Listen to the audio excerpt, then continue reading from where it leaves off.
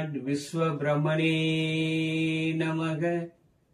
ஓம் நமோ நாராய நமக. ஓம் நமச்சிவாய போற்றி போற்றி. அனைவருக்கும் வணக்கம். நான் உங்கள் குருச்சேத்திர ஜோதிடர் கே சண்முகவேல். நான் கண்ட ஜோதிடம் என்ற தலைப்பில் உங்கள் ஜனன ஜாதகத்தில் ராசி நட்சத்திரம் மாறிக்கொண்டே இருக்கிறது என்பதை உணர்த்தவே இந்த ஆய்வு பதிவு செய்கிறேன்.